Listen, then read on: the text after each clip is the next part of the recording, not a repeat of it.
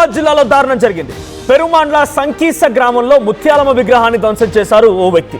అయితే అమ్మవారి ముఖం చేతులు ధ్వంసం చేసిన ఆ దుండగుడు ఆ దాడి తర్వాత అక్కడే ఆలయంలో కూర్చొని ఖురాన్ కూడా చదివాడట. ఈ విషయాన్ని స్థానికులు చెప్తున్నారు. స్థానికుల సాయంతో ఆ వ్యక్తిని కూడా పట్టుకున్నారు పోలీసులు. డోర్నకల్ పోలీస్ స్టేషన్కి ఆ నిందితుడిని కూడా తరలించారు. ప్రస్తుతానికి ఈ ఘటన పైన హిందూ సంఘాలు మండిపడుతున్నాయి. హిందువుల ఆలయాలపైన దాడిని సహించబోమని హిందూ సంఘాలు వార్నింగ్ ఇస్తున్నాయి. విగ్రహ ధ్వంసంతో డోర్నకల్లో హైటెన్షన్ ఉంది.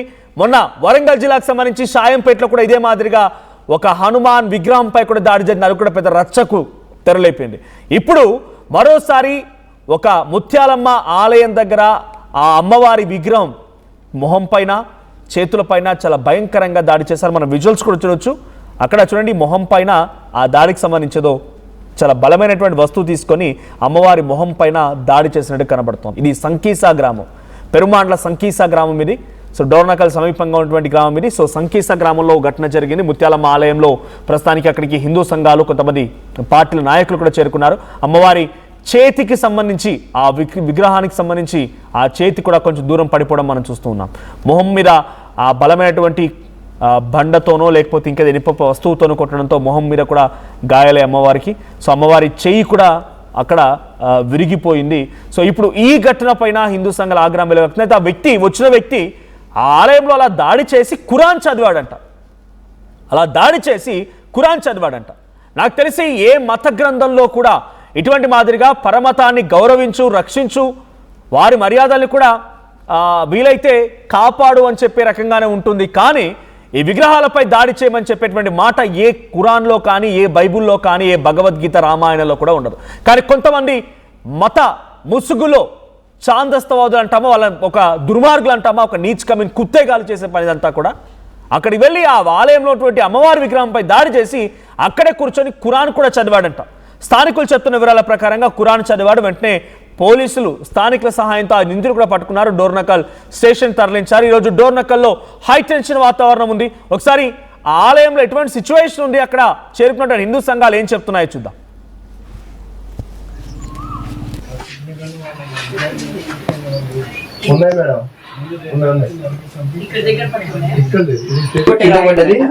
రాయితో మొత్తం అంతా కొట్టేసి కలుపు మొత్తం విరిగిపోయింది. అమ్మవారి కింద పడి ఉండొద్దు అని చెప్పి అంత నిలబెట్టేసి చేసి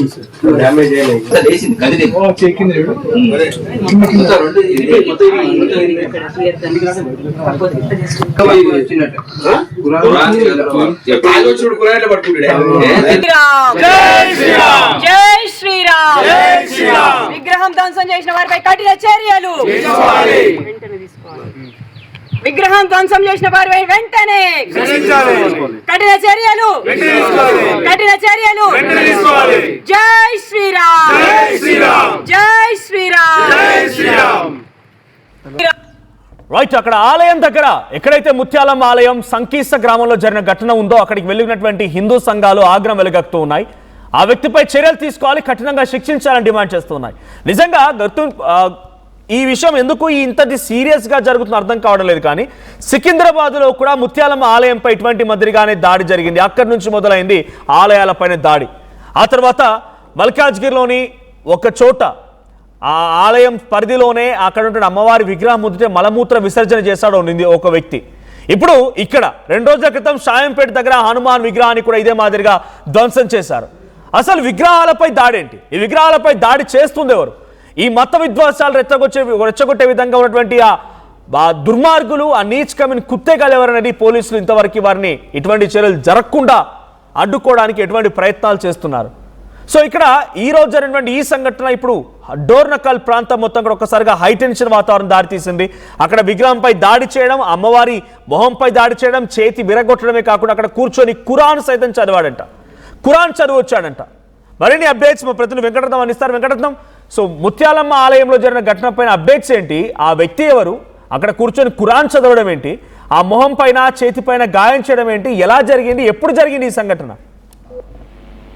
మనోజ్, ఇక్కడ నిన్న సంఘటనకు సంబంధించినటువంటి వివరాలు కనుక ఒక్కసారి పరిశీలిస్తే ఇక్కడ డోర్నకల్ మండలము ఇక్కడ ముత్యాలమ్మ గుడిలో మాత్రం తీవ్రమైనటువంటి ఉద్రిక్తత నెలకొంది. ఇక్కడ ఉన్నటువంటి ఇక్కడ ఒక ముత్యాలమ్మ దేవాలయానికి సంబంధించినటువంటి ముత్యాలమ్మ విగ్రహాన్ని ధ్వంసం చేయడాన్ని కూడా స్థానికులు తీవ్రంగా వ్యతిరేకిస్తున్నారు. ఇక్కడ పెరుమల సంకీస గ్రామంలో జరిగినటువంటి సంఘటన మాత్రం ఇక్కడ హిందూ సంఘాలు తీవ్రంగా వ్యతిరేకిస్తున్నాయి. ఇప్పుడు మీరు చెప్పినట్టు ఇక్కడ సికింద్రాబాద్ లో స్టార్ట్ అయింది కాదు, ఇది దాదాపు అంటే కొన్ని శతాబ్దాల నుంచి కూడా జరుగుతున్నటువంటి పరిణామ క్రమంలో అది కంటిన్యూగా వస్తున్నట్టుగా తెలిసింది. ఇక్కడ సికింద్రాబాద్ తో పాటు ఇక్కడ హనుమకొండ, ఇక్కడ న్యూ షాయంపేటతో పాటు అంతకు ముందు ఒక పురాతన శివాలయాన్ని కూడా నర్సంపేట సమీప ప్రాంతంలో ఉన్నటువంటి పాకల చెరువు సమీపంలో ఉన్నటువంటి ఒక 800 ఏళ్ల పురాతన ఆలయాన్ని కూడా ఒక వ్యూహాత్మకంగా అభివృద్ధి పేరుతో మొత్తం ధ్వంసం చేసినటువంటి ఘటన ఆ తర్వాత న్యూ షాయంపేటలో జరిగింది.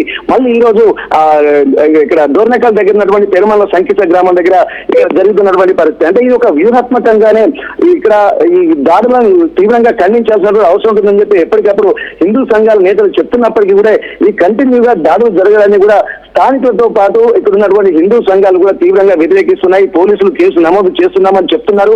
అయినప్పటికీ కూడా కంటిన్యూగా ఈ దాడుల వెనుక అంతరార్థం ఏందనేది కూడా ఇక్కడ ప్రశ్నార్థకంగా మారుతుంది. అమ్మవారి విగ్రహాలను చేతిని అలాగే శరీరంలో ఉన్నటువంటి అమ్మ విగ్రహంలోని పలు భాగాలను ధ్వంసం చేసిన తర్వాత అదే ప్రాంతంలో కూర్చొని ఖురాన్ చదివాడన్నటువంటి వార్తలు ఇంకా మరి దీని యొక్క తీవ్రతకు పరాకాష్ఠగా మనం చెప్పుకోవాల్సినటువంటి అవసరం అయితే కనిపిస్తుంది. అక్కడే ఉన్నటువంటి స్థానికులకు పట్టుకొని దేశశుద్ధి చేసి అక్కడ స్థానికంగా ఉన్న డోర్నకల్ పోలీస్ స్టేషన్ లో నిందితుని అప్పచెప్పారు. దీనికి సంబంధించి కూడా హిందూ సంఘాల నేతలు కూడా పలు ప్రాంతాల నుండి కూడా డోర్నకల్ కు చేరుకున్నటువంటి అవకాశం కూడా కనిపిస్తుండడంతో పోలీసులు కూడా అప్రమత్తం అవుతున్నటువంటి పరిస్థితి. ఇక గ్రామ ప్రజల ఆది దైవంగా భావించేటువంటి ముత్యాల అమ్మ తల్లి విగ్రహాన్ని కూడా ఈ ధ్వంసం చేయడానికి కూడా తీవ్రంగా ఆరోపిస్తున్నారు. ఉదయం ఆలయానికి వచ్చినటువంటి భక్తులు కూడా ధ్వంసమైనటువంటి విగ్రహాన్ని గమనించి తీవ్ర ఆవేదనకు గురైనటువంటి పరిస్థితి. ఈ సమాచారాన్ని మొత్తం చుట్టుపక్కల గ్రామాల్లో కూడా వ్యాపించడంతో పెద్ద ఎత్తున కూడా హిందూ సంఘాల నేతలు అక్కడ స్థానిక ఆ ప్రాంతానికి కూడా చేరుకొని తీవ్రంగా విమర్శిస్తున్నటువంటి పరిస్థితి. ఎందుకు ఈ సమయంలోనే వరుస కంటిన్యూగా విగ్రహాల ధ్వంసాలు గుర మీద ఎందుకు పడుతున్నారన్నటువంటి విషయాలు అంటే ఆ తెలియని వ్యక్తి ఎవరు అటుగా వెళ్తూ అక్కడ ఆలయం కనిపించి అక్కడ దాడి చేసి అక్కడ ఖురాన్ చదివే పని అయితే కాదు. పక్కా ఆ గ్రామానికి సంబంధించిన వ్యక్తి ఆ చుట్టుపక్కల పక్కాగా అబ్జర్వ్ చేసిన వ్యక్తి అయ్యే ఉంటాడు. ఇప్పుడు నిందితుడిని అదుపులోకి తీసుకున్నామని చెప్పి పోలీసులు చెప్తున్న ప్రకారంగా ఎవరా నిందితుడు, ఎక్కడి నుంచి వచ్చాడు, ఎందుకు ఇలా చేయాల్సి వచ్చింది? ఇప్పుడు ఏదో సింపుల్గా అదేదో హైదరాబాద్లో మల్కాజ్గిరిలో జరిగిన సంఘటన నేపథ్యంలో ఆలయం ముందే కూర్చొని మలమూత్ర విసర్జన చేశారంటే వాడు పిచ్చివాడు అని చెప్పి కొట్టిపారేశారు. ఇప్పుడు కూడా అదే జరిగే అవకాశం కూడా ఉంది. సో ఆ నిందితుడు ఎవరు డీటెయిల్స్ ఏమైనా తెలుస్తున్నాయా?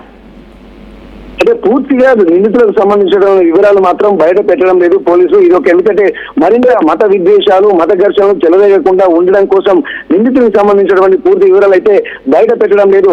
ఎందుకంటే శాంతి భద్రతలు కాపాడాల్సినటువంటి ప్రైమరీ ఇండికేషన్స్ ప్రైమరీ ఇన్స్ట్రక్షన్స్ పోలీసులు తీసుకుంటారు కాబట్టి ముందు వచ్చేటువంటి జనాన్ని కంట్రోల్ చేయడమే వాళ్ళ ముందున్నటువంటి బాధ్యత. ఇప్పుడు పిచ్చివాడని సికింద్రాబాద్ లో చెప్పిన దానికి కూడా పరాకాష్ట. ఎందుకంటే ఆ పిచ్చి ముదిరి మత విద్వేషాలు చేయాలన్నటువంటి ఆలోచనలు ఆ పిచ్చి ముదిరితేనే ఇవన్నీ జరుగుతాయని చెప్పి గతంలో కూడా హిందూ సంఘాల నేతలు కూడా తమ అభిప్రాయాలను వ్యక్తం చేస్తున్న నేపథ్యంలో ఇక్కడ ఈ పిచ్చితనానికి ఇది పరాకాష్ఠగా మారుతుంది. కేవలం పిచ్చితనం ఉంటే కేవలం హిందూ ఆలయాల మీదనే ఎందుకు ధ్వంసం చేయాల్సి ఉంటుంది? మిగిలిన ప్రాంతాల్లో మిగిలిన ఎన్నో చర్చలు ఉన్నాయి, అలాగే మసీదులు ఉన్నాయి, అక్కడ ఎందుకు విపరీతమైనటువంటి దూరంతో ప్రవర్తించడం లేదన్నది కూడా ఇక్కడ ప్రశ్నార్థకంగా మారుతున్నటువంటి సమయంలో కూడా ఇక్కడ పోలీసులు మాత్రం వ్యూహాత్మకంగా చాకచక్యంగానే వ్యవహరిస్తున్నారు. మరింత ఉద్రిక్తతలు తలెత్తకుండా ఒక ప్రణాళికాబద్ధంగానే వచ్చినటువంటి హిందూ సంఘాల నేతలతో మాట్లాడుతున్నారు. మరింత విద్వేషాలు రెచ్చగొట్టకుండా హిందూ సంఘాల నేతలనే కొద్దిగా కాంప్రమైజ్ నేతల్లో తీసుకెళ్లేటువంటి ప్రయత్నం ఉంది. నిందితులను ఖచ్చితంగా శిక్షిస్తామని చెప్పి అంటున్నారు. మరోసారి ఇట్లాంటి పునరావృతం కాకుండా అన్ని చర్యలు తీసుకుంటున్నామని చెప్పి పోలీసులు కూడా చెప్తున్నారు. కానీ ఇప్పటి వరకు జరుగుతున్నవి అలాగే కంటిన్యూగా 1 by 1 కూడా జరుగుతూనే ఉన్నాయి. కానీ ఇప్పటి వరకు ధ్వంసం చేసినటువంటి వాళ్ళ మీద ఎట్లాంటి చర్యలు తీసుకున్నారు అన్నది ఇక్కడ ప్రశ్నార్థకంగా మారుతుంది.